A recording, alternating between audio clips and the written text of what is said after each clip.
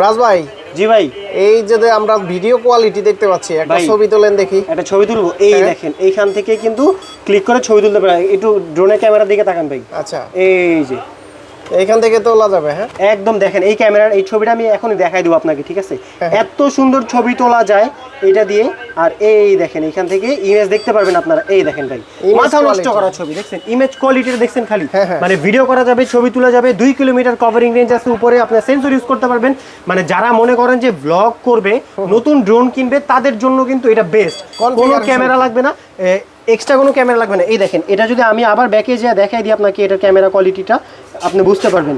এই দেখেন, আপনি হাতে ধরেন, এই দেখেন এটার ক্যামেরা এত সুন্দর। আর কোনো এই দেখেন কাপাকাপি করবে না, ঠিক আছে?